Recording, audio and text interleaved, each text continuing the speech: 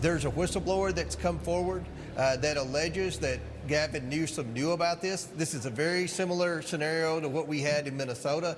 I've been following this fraud situation in California for a while now, and we have a major development because Congress has initiated a massive investigation into California for all the fraud that's been taking place for years that's been costing taxpayers billions of dollars. Also, J.D. Vance, who was appointed as a fraud czar, has made a major announcement in regards to this fraud in California, and a lot more that we're going to cover throughout today's video. Let us get into it, starting with this reporting on this investigation by Congress. Play clip.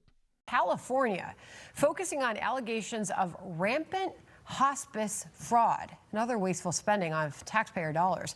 Let's bring in now our House Oversight Committee Chairman, James Comer. Welcome to you, Mr. Chairman. So where is your energy focused here?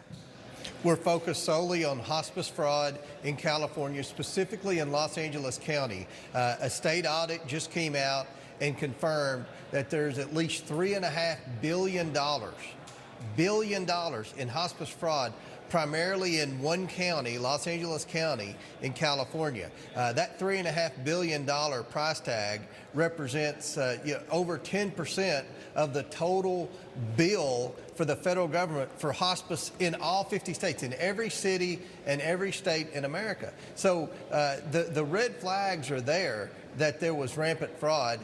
There's a whistleblower that's come forward that alleges that Gavin Newsom knew about this. This is a very similar scenario to what we had in Minnesota. So we're moving our investigation after Minnesota into California. As you can see, Congress is finally taking fraud seriously because they went ahead and they investigated all the claims that were coming out of Minnesota. Now they're doing the same thing in regards to the fraud claims that are coming out of California. And if you didn't take anything away from that reporting, there are two things that I want you to take away. The first thing is that there is a whistleblower that came forward and alleges that Gavin Newsom knew exactly what was going on with this fraud. And the question is, if Gavin Newsom knew what was going on, why weren't there more done to prevent this fraud? Why is it taking the federal government and Congress to do something about the fraud that's been going on in California for years? The second thing is that the reporting suggested that this fraud that we're seeing in California is much larger than what we saw in Minnesota. And we know that in Minnesota, the Somali community, they defrauded the government over $19 billion. Using those numbers, it is fair to say that the numbers that you're going to see coming out of California is going to be in the tens of billions of dollars, probably in the hundreds of billions of dollars. And after the Trump administration, led by Dr. Oz, released the numbers, the fraud numbers coming out of California, Governor Newsom's press office made a statement, and this is a statement right here. While Oz stated there was some $3.5 billion of fraud in the hospice and home healthcare industry in LA County alone, his agency clarified that the number is for overall Medicare billing related to hospice and home health services. This right here is Gavin Newsom and his press team panicking because what happened is that the administration, the Trump administration led by Dr. Oz, they released this number to say that we're looking at this $3.5 billion for fraud. It could be 50%, it could be 75%, it could be 100%. But what Gavin Newsom is trying to say is that the administration is trying to claim that there are $3.5 billion of fraud, when that is not the case. The administration is saying we're looking at this $3.5 billion for fraud. It could be 50%, it could be 100%. And here we have James Comer speaking more on this investigation and how much it relates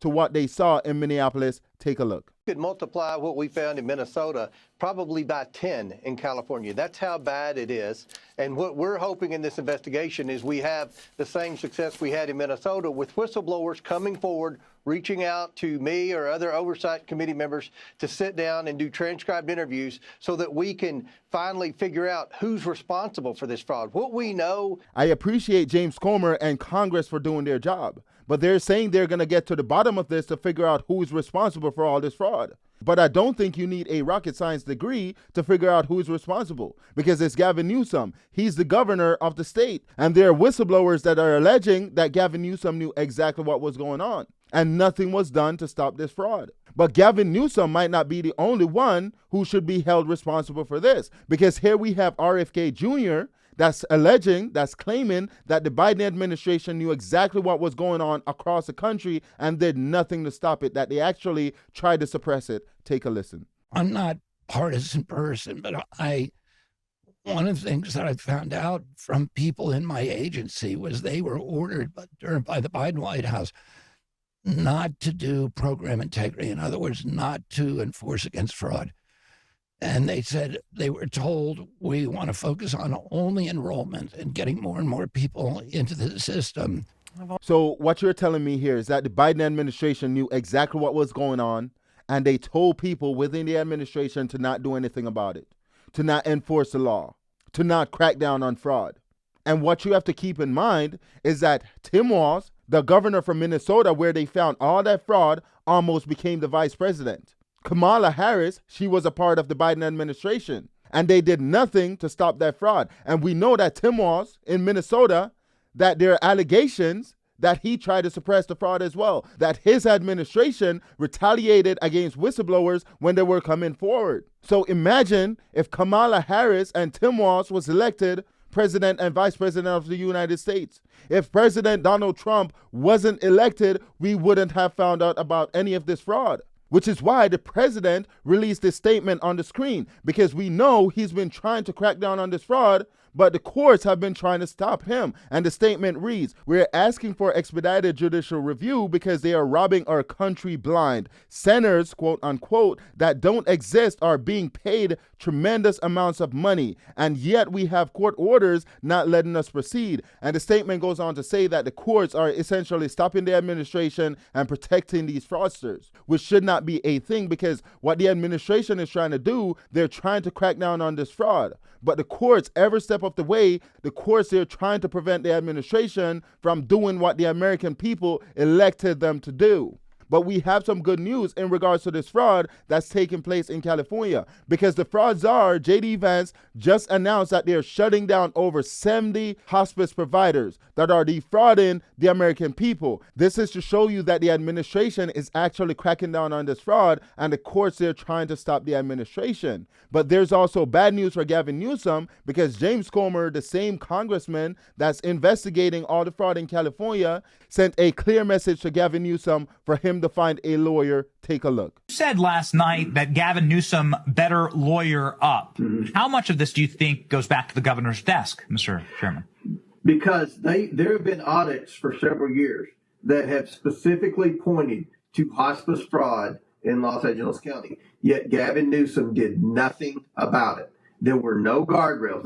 I'll give you an example. There are no guardrails to prevent a foreign country from claiming they're performing hospice duties in Los Angeles County and billing the government. That right there is insane, because what James Comer is alleging right here is that it is so easy for you to defraud California, the taxpayers, is that even foreign countries can claim to be hospice providers. And Governor Newsom and his administration would willingly give those individuals the money. There are no protections, no guardrails to prevent against this type of fraud. And many of you probably think that Gavin Newsom is working on a plan to fight against all this fraud that's coming out day by day. But that is not what Gavin Newsom is doing. He's still on the campaign trail for 2028. And just to show you that I'm not making this up, here he is on a podcast saying what he's going to do as the next president. Take a listen. The next president is going to have a difficult decision, as Joe Biden did, about what the right balance is between healing the breach and restoring trust and ensuring accountability for the laws that have been broken. What do you think that right balance is? You've taken a very combative tone. You know, in the spirit of Isaiah, we need to be repairers of the breach, and we're all exhausted. I mean, for the last 10 years, it's been a decade defined by Trump and his grievances, and it's exhausting, you know. And ever since he came down that damn escalator.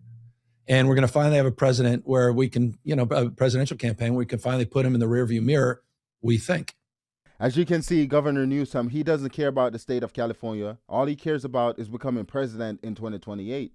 And I personally don't know who's going to vote for him. The question that I continue to ask, if Gavin Newsom cannot manage this state, cannot manage California, if he cannot manage all these different cities throughout the state, how is he going to manage the country? What is the country going to look like if he should become president in 2028? And that brings us to the end of today's show. Please let me know what you think in the comment section. Also, please consider liking, sharing, commenting, and subscribing. I'll see you in the next one. Thank you.